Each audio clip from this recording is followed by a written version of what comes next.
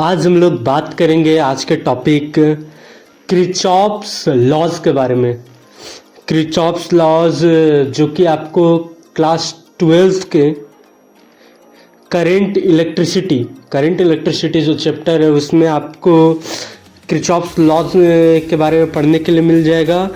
और अगर हम लोग इसमें अगर डिप्लोमा की बात करें तो डिप्लोमा जो भी इन इलेक्ट्रिकल इंजीनियरिंग कर रहे हैं जो भी, तो उसमें थर्ड सेम में बेसिक इलेक्ट्रिकल जो चैप्टर है उसका जो नेटवर्क थ्योरी है उसका तो बेस है ये केसीएल और KVL means Kirchhoff's laws. Kirchhoff's law कैसे कैटेगराइज किया गया है, इसमें क्या होता है, इसे किसने दिया था, ये सब हम लोग आज पढ़ेंगे। तो सबसे पहले हम लोग पढ़ते हैं कि किरचॉफ्स लॉ दिया किसने था। तो किरचॉफ्स लॉज जो है, किरचॉफ्स लॉज गिवन बाय था सर गुस्टॉफ किरचॉफ। सर गुस्टॉफ किरचॉफ एक साइंटिस्ट थे जिन्होंने किरचॉफ्स लॉज 1845 ईस्वी में दिया था। उन्होंने किरचॉफ्स लॉ प्रेजेंट किया था 1845 ईस्वी में। तो किरचॉफ्स लॉज जो उन्होंने प्रेजेंट किया तो एक्चुअली में किरचॉफ्स लॉज दो है, उन्होंने दो लॉज दिया था। एक है किरचॉफ्स करंट लॉ जो कि हम लोग जिसे केसीएल के नाम से जानते हैं, या फिर हम लोग इसे नोडल एनालिसिस के भी नाम से जानते हैं। ये है उनका फर्स्ट दिया हुआ रूल। और उनका सेकंड दिया हुआ जो रूल है उसे हम लोग कहते हैं किरचॉफ्स वोल्टेज लॉ, जो कि वोल्टेज पे बेस्ड होता है। और इसमें हम लोग मेश एनालिसिस या फिर लूप एनालिसिस के नाम से भी जानते हैं। तो फर्स्ट हम लोग डील करेंगे केसीएल यानी किरचॉफ्स करंट लॉ के बारे में। तो ये कहता है कि जितना करंट इनकमिंग होगा उतना ही करंट आउटगोइंग होगा, मतलब बाहर जाएगा। तो जैसे हम लोग का I1, I2, I3, I4, I5 है, तो I1, I5 करंट आ रहा है और बाकी सारे करंट निकल रहे हैं। जहाँ पे सारे करंट मिलते हैं जिस पॉइंट पे, उसे हम लोग नोड कहते हैं। तो हम लोग का I1 और I5 करंट इनकमिंग है और बाकी I2, I3, I4 current outgoing है। तो जब दोनों साइड का हम लोग इनकमिंग आउटगोइंग का सम करेंगे दोनों इक्वल होगा। अगर हमसे इक्वेशन के रूप में लिखे तो जगह I1 plus I5 minus I2 minus I3 minus I4 equal to 0।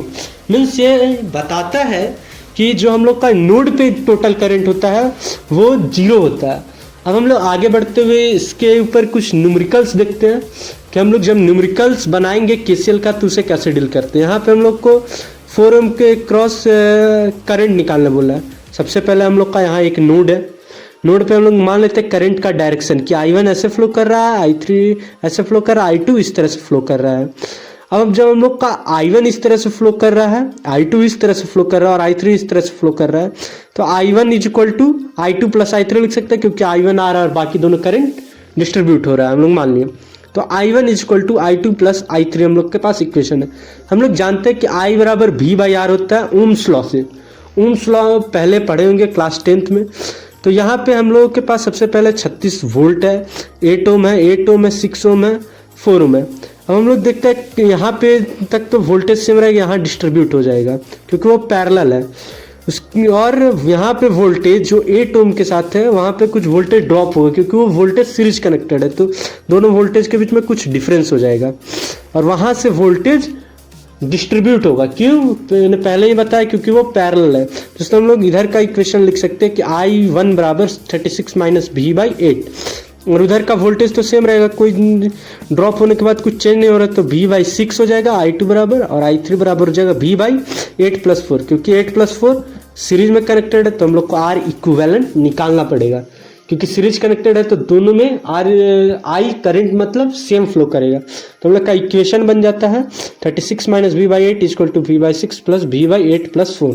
Means 36 minus V by 8 is equal to V by 6 plus V by 12, 8 plus 4 12। LCM लेते हैं 12 आता है। फिर हम लोग मतलब फ्रैक्शन का एडिशन करते हैं तो 2V प्लस 2V और फिर नीचे का 4 और 8 और 12 कट जाएगा 4 से, तो बचा हम लोग का 2 और 3।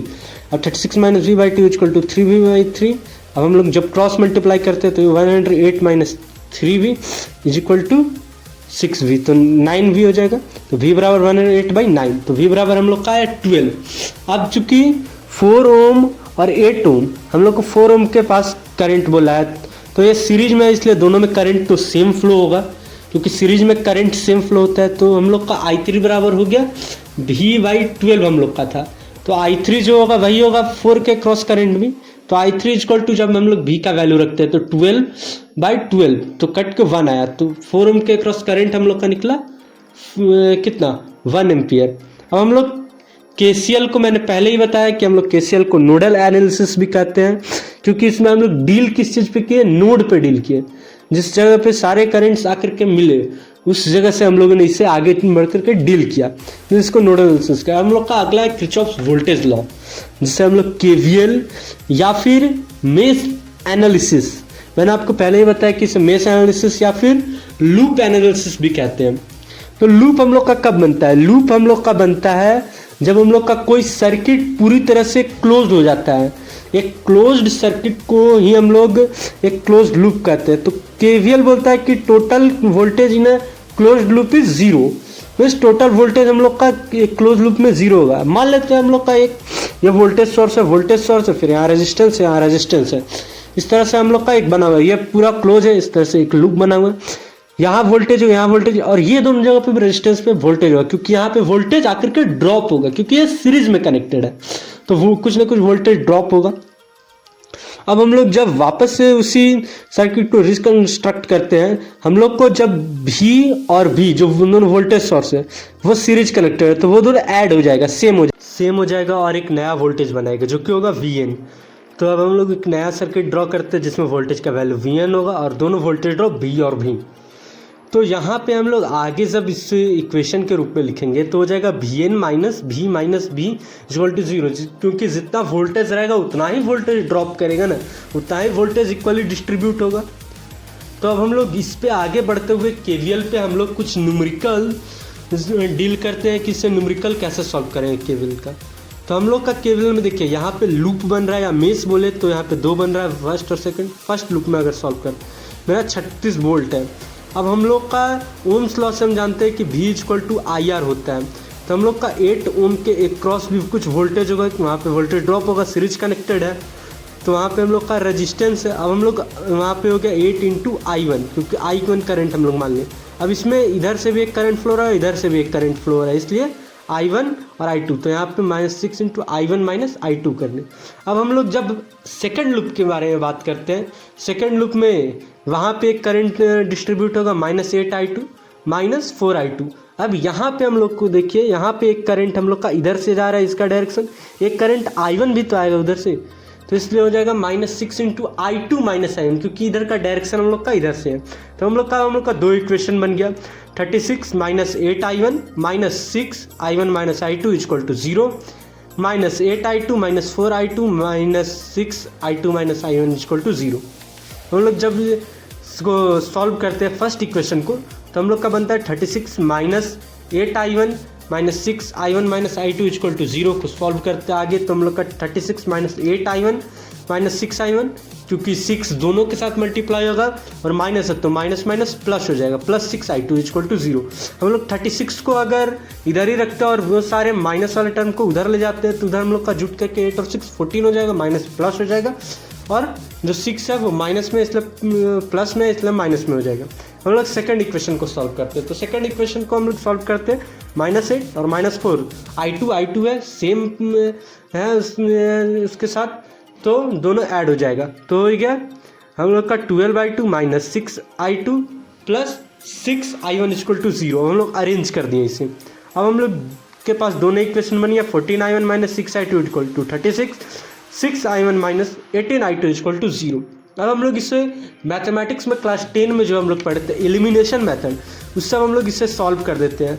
तो एलिमिनेशन मेथड में हम लोग एक टर्म को इक्वल लाने की कोशिश करते हैं, तो ऊपर वाले टर्म को हम इक्वल कर सकते हैं अगर इंटू 3 कर दे तो 6 के साथ, तो दोनों 18 हो जाएगा। इंटू करते हैं तो फर्स्ट हम लोग का जो इंटू होगा 14 वो बन जाएगा 42 into 3, 14 into 3 equal to 42 minus 18 equal to 100 minus 6 और माइनस करेंगे तो साइन चेंज हो जाएगा, -18 कैंसिल हो गया, 36 से 108 कैंसिल होगा 3 बार में, तो I1 इक्वल टू हम लोग का 3 आया। अब हम लोग का जब I1 इक्वल टू 3 है, हम लोग I1 के वैल्यू को इक्वेशन 2 में पुट करते हैं, तो हम लोग का क्या वैल्यू निकलता है 6 I1 minus 18i2 equal to 0। तो 6 3 18 माइनस 18i2 इक्वल टू 0। तो जब 18 उधर जाएगा तो इधर एडिशन में, तो उधर जाके माइनस हो जाएगा उसका साइन। तो अब हम लोग कैंसलेशन जब करेंगे तो i2 इक्वल टू हम लोग का आएगा 1। चूँकि 4 ओम सीरीज में है तो ये दोनों में करंट सेम होगा, इसलिए करंट हो जाएगा 1 एम्पियर। अब हम लोग ने जब पहले बताया कि सीएल में दोनों न्यूमेरिकल जब सेम था तो दोनों का आंसर भी सेम आया।